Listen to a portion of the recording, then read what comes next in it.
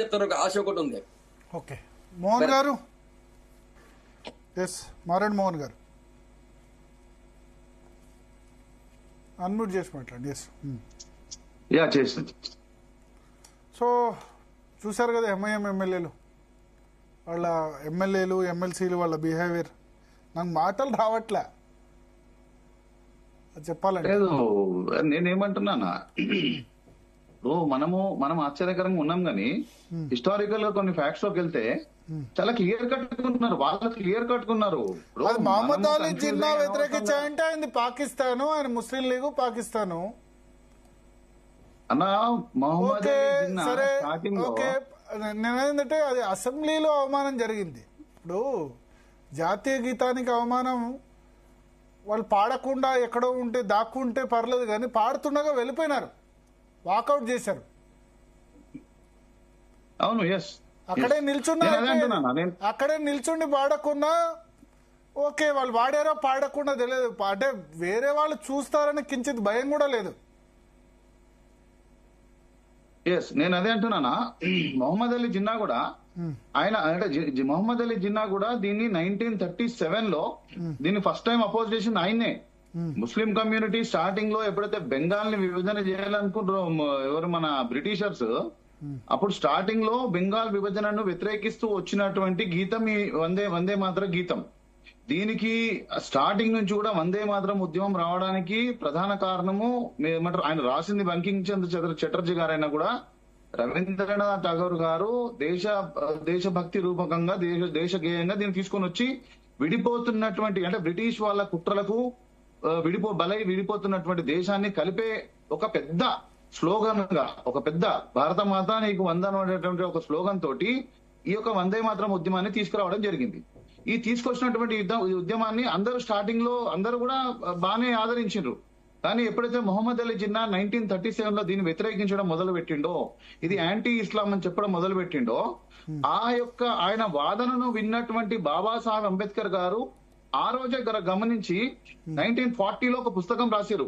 ఏ పుస్తకం అదంటే ఇది ఆ పుస్తకం, my thoughts on Pakistan. English లో దీని title my thoughts on Pakistan, తెలుగులో పాకిస్తాన్ లేదా భారతదేశ విభజన అనేది పుస్తకం. ఈ పుస్తకం చదివితే అసలు అంబేద్కర్ గారి వ్యూ ఏంది ఇస్లాం పైన, ముస్లిం ఎక్స్ట్రీమిజం పైన ఆయన వ్యూ ఏంది, అసలు వాళ్ళు హిందువులతో కలిసి ఉండగలుగుతారా లేదా, భారతదేశంలో కలిసి ఉండగలుగుతారా లేదా, టోటల్ దేశం మొత్తము దేశ విభజనను వ్యతిరేకించినప్పటికి కూడా బాబాసాహెబ్ అంబేద్కర్ గారు ఒక లాజికల్ డిస్క్రిప్షన్ తోటి, లాజికల్ ఇంటర్ప్రిటేషన్ తోటి పూర్తిగా ఈ పుస్తకంలో పొందుపరచడం జరిగింది. ఏంటంటే ఆయన ఈ దేశాన్ని మత ఆధారితంగా విభజిస్తే గనక ఖచ్చితంగా పాపులేషన్ ఎక్స్చేంజ్ అనేది చేయాల్సిందే, చేయకుండా విభజిస్తే ఏదో ఒక రోజు 1947 లో ఏ విధంగా అయితే డైరెక్ట్ యాక్షన్ డే హింస జరిగిందో, 1922లో ఖిలాఫత్ మూవ్మెంట్ కోసము మోప్లా అల్లర్లు జరిగినాయో, 1905 లో జరిగినటువంటి కొన్ని హిందూ ముస్లిం అల్లర్లు కానీ చాలా ఉన్నాయి. ఓన్లీ 1947 1946 ఇష్యూస్ మాత్రమే కాదు, అనేక ఇష్యూస్ ఉన్నాయి. వాటన్నిటి ముందే గ్రహించి ఈ పుస్తకంలో రాసిన అంబేద్కర్ గారు ఆ పుస్తకం చదివితే పిక్చర్ క్లారిటీ వస్తుంది. వాళ్ళు ఎందుకు వెళ్ళిపోయినరు, వాళ్ళు ఎందుకు ఉండరు. నేనంటే ఎంఐఎం వాళ్ళది ఏం తప్పు లేదంట, ఎందుకంటే ఎంఐఎం వాళ్ళు చాలా క్లియర్ గా ఉన్నారు, మేము ఇస్లాంని తప్ప ఇంకెవ్వరిని మేము యాక్సెప్ట్ చెయ్యము. ఆయన మొన్న అక్బరుద్దీన్ గారు క్లియర్ గా చెప్పిండ్రు, హా కోయి भी हमारा वाला नहीं है, ना रेड्डी हमारा है, ना नायडू हमारा है, ना వెల్మా हमारा है, जो सिर्फ कलमा पड़ता है वही हमारा है. అంటే దళితుడు మావాడు కాదు, రెడ్డి మావాడు కాదు, వెలమ మావాడు కాదు, ఎవడు కూడా మావాడు కాదు అని చెప్పి క్లియర్ గా చెప్పారు. అట్లాంటప్పుడు వందే మాతర గీతాన్ని వాళ్ళు యాక్సెప్ట్ చేస్తారని మనం ఎట్లా అనుకుంటాం. వాళ్ళు చెప్పేది చాలా క్లియర్ గా ఉంది, వాళ్ళ స్టాండ్. అనవసరంగా మనమే ఎక్కువ సెక్యులరిజం రుద్దుకొని బట్టలు చింపుకుంటారు కొంతమంది మన నాయకులు.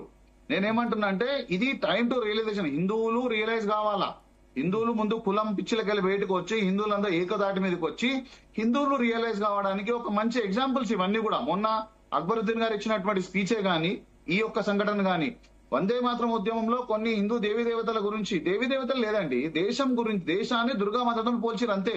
హిందూ దేవతల గురించి కూడా పెద్దగా ఏం లేదు. హిందూ దేశాన్ని ఒక దేవతతో పోల్చినటువంటి ఈ గీతాన్ని where it is constitutionally accepted as national song, జాతీయ గీతం, జాతీయ పాటగా దీన్ని మనం యాక్సెప్ట్ చేసినప్పటికీ కూడా వాళ్ళు యాక్సెప్ట్ చేయట్లేదంటే వాళ్ళు రాజ్యాంగాన్ని ఎంత గౌరవిస్తారో మనకి ఇక్కడనే అర్థమవుతుంది. మీరు ఇదేందుకు, మీరు చాలా సింపుల్ స్టాండ్ తీసుకోండి.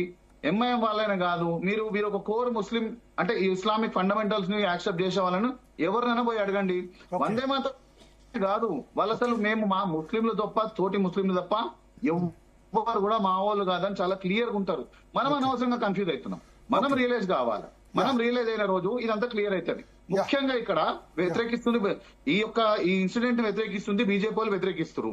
ఇది వ్యతిరేకించాల్సింది ప్రైమ్ గా బీజేపీ వాళ్ళు కాదు, కాంగ్రెస్ వాళ్ళు వ్యతిరేకించాలా. అదే చెప్తారు. ఎందుకంటే ఇండియన్ నేషనల్ కాంగ్రెస్ అడాప్ట్ చేసింది, అప్పుడు భారతీయ జనతా పార్టీ లేదు. వాళ్ళు అడాప్ట్ చేసిర్రు. వాళ్ళు ఉద్యమం లేపింది ఫస్ట్ ఇనిషియల్ గా కాంగ్రెస్ లేపకపోయినా ఇనిషియల్ గా దేశభక్తులు లేపిర్రు. తర్వాత కాంగ్రెస్ దాన్ని ఒక స్ట్రీమ్ లైన్ తీసుకొచ్చి ఒక పెద్ద ఉద్యమంగా మార్చడంలో కాంగ్రెస్ పార్టీ సక్సెస్ అయింది. ఎంతో మంది దేశభక్తుల కృషి ఉంది. ఫస్ట్ వ్యతిరేకించాల్సింది కాంగ్రెస్ వాళ్ళు. పొద్దున్న లేస్తే రాజ్యాంగం బుక్ చేతులు పట్టుకొని సంకలు పెట్టుకొని తిరుగుతారు. దేశం మొత్తం మేము రాజ్యాంగాన్ని మేమే కాపాడుతున్నాం అంటారు. రాజ్యాంగ వ్యతిరేక చర్యలు చేస్తే మాత్రం దాన్ని కనీసం దాన్ని వ్యతిరేకించారు. సార్ ఒక చిన్న ఇది, ఇప్పుడున్నటువంటి కాంగ్రెస్ మీకు తెలుసు, ఇప్పుడున్న కాంగ్రెస్ కాదు, అప్పుడు వాళ్ళు